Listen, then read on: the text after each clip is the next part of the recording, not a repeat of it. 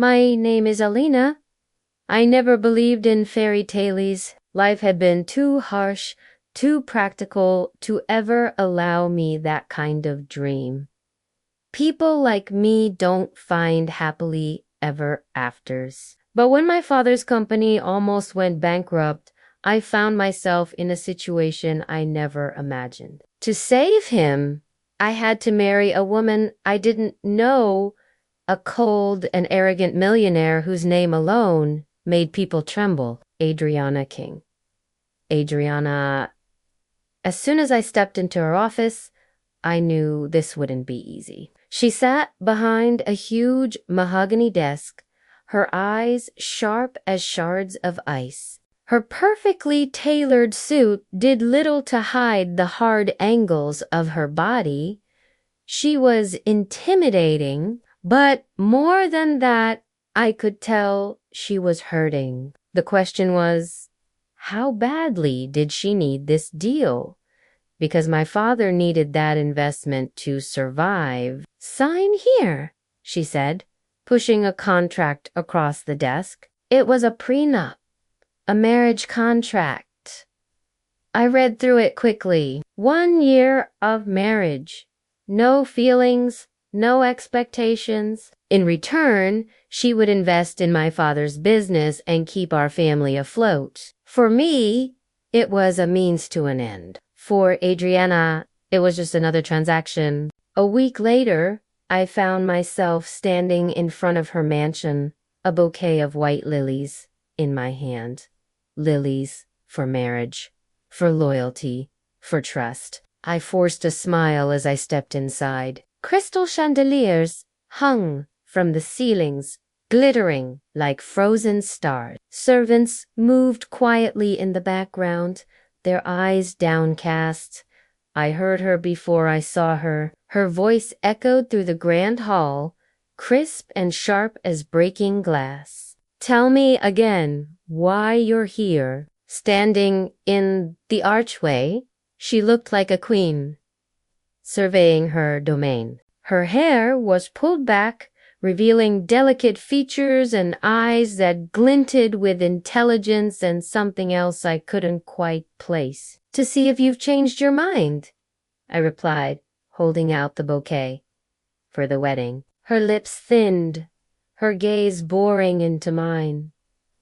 I agreed to a contract, not a ceremony. Why are we doing this? Before I could respond, her phone rang and she stalked away to answer it. I stood there awkwardly, the lilies suddenly feeling heavy in my arms. Just like the engagement party, I muttered. She doesn't want any of it. That night, during dinner, she barely looked at me, her attention focused on the silver knife in her hand. I tried to make conversation, but she cut me off sharply whenever I spoke. I expect you to be out of my sight during the day, she stated, her voice leaving no room for argument.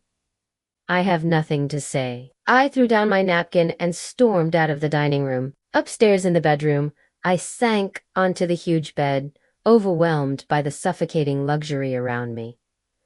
This was Adriana's world, a world of power, money, and secrets.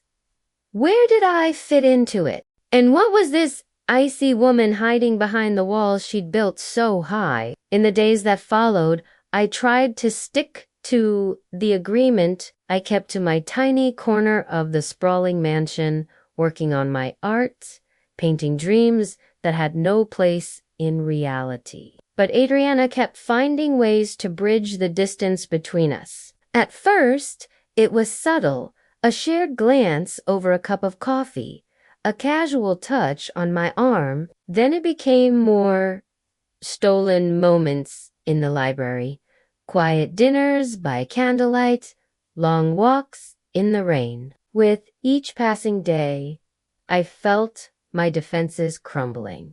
I found myself laughing at her sarcastic jokes, leaning into her warmth, even enjoying the possessiveness in her touch. I told myself it was a mistake, that I shouldn't be feeling any of this. But how could I stop feelings that were as real as the sun in the sky? One evening, I walked into the living room to find Adriana sprawled on the sofa, a book in her lap, her eyes distant. I hesitated, torn between my duty and my heart. Finally, I sat down beside her, careful not to invade her space.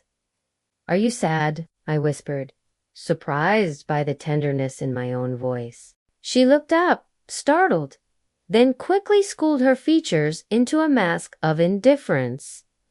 "Why would you think that?" "Because you're not reading." I realized how forward I was being and mentally scolded myself. But something compelled me to stay, to see past the icy exterior and discover the woman hiding beneath. As the weeks passed, I became the one constant in her life. I joined her for breakfast in bed, listened patiently to her rants about business deals gone wrong, and even accompanied her on shopping sprees in the city. I discovered a softer side to her, a playful spirit, a wicked sense of humor, and a surprising fondness for old Hollywood musicals. I saw her with her grandmother, her only living relative, and witnessed the fierce love and protectiveness she possessed. I saw her argue passionately with her lawyer, saw her shed tears of frustration when a painting failed to meet her standards. Most importantly, I saw the loneliness that haunted her eyes, the longing for connection that mirrored my own. Then, one rainy evening, I walked into the living room to find her sitting by the window, staring into the storm. Without thinking, I brought her a blanket. "You'll get sick," I whispered. She looked at me, really looked at me, and for the first time her eyes softened. "Why do you care?" she asked, her voice barely a whisper. My voice trembled when I replied, "Because someone should." That night, everything changed. She began opening up to me, hesitantly at first, then with increasing ease. She told me about her childhood, the loneliness of growing up in a mansion where money solved everything except love. She admitted that power was a shield, one she used to keep from getting hurt. And I started to realize that the woman I thought was arrogant was, in truth, just afraid. Afraid of letting someone in, afraid of showing her vulnerability, afraid of losing control.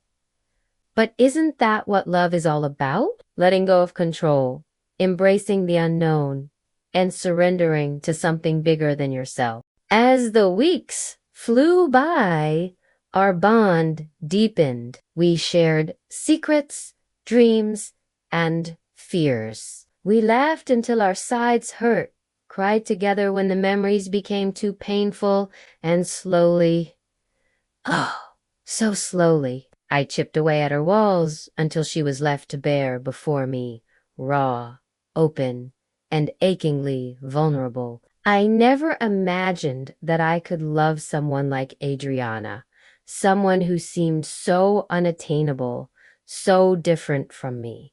But love doesn't always make sense. It just happens, and in the most unexpected of places, I found myself falling in love with the very idea of her, with her strength, her resilience, her kindness, and yes, even her flaws. I loved her fierceness, her stubbornness, her tendency to bottle up her emotions until they overflowed. I loved her because she was real, flawed, beautiful, and utterly, terrifyingly human. And then one day, I stopped loving the idea of her and started loving her for who she was.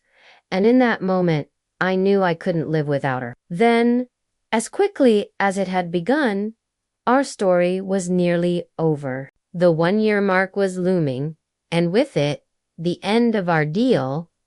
I told myself it was better this way. She would move on with her life, and I would return to my simple world of paint and canvas. My heart ached, but I convinced myself it was only temporary. Then one morning, I woke up and realized I couldn't face her with goodbye. So I packed my bags quietly and slipped out of the house. I walked along the familiar streets of the city, pretending to be glad to be free. But as I neared my destination, my resolve crumbled. I couldn't leave her. Not now. Not when we'd found something real.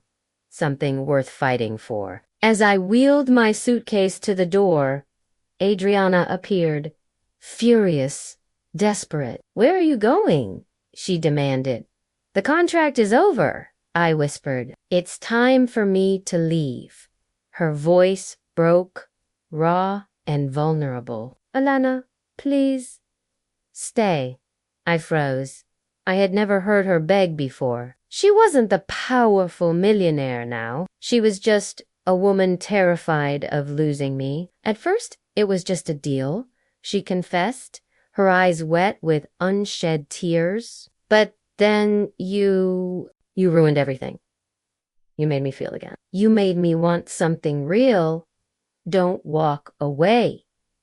My heart raced. Every wall she had built was crumbling before me. I dropped my bag and stepped closer.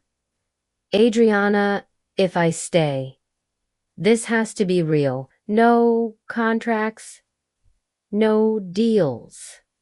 Just us." She reached out, her hands trembling as they cupped my face. "I don't want a deal anymore.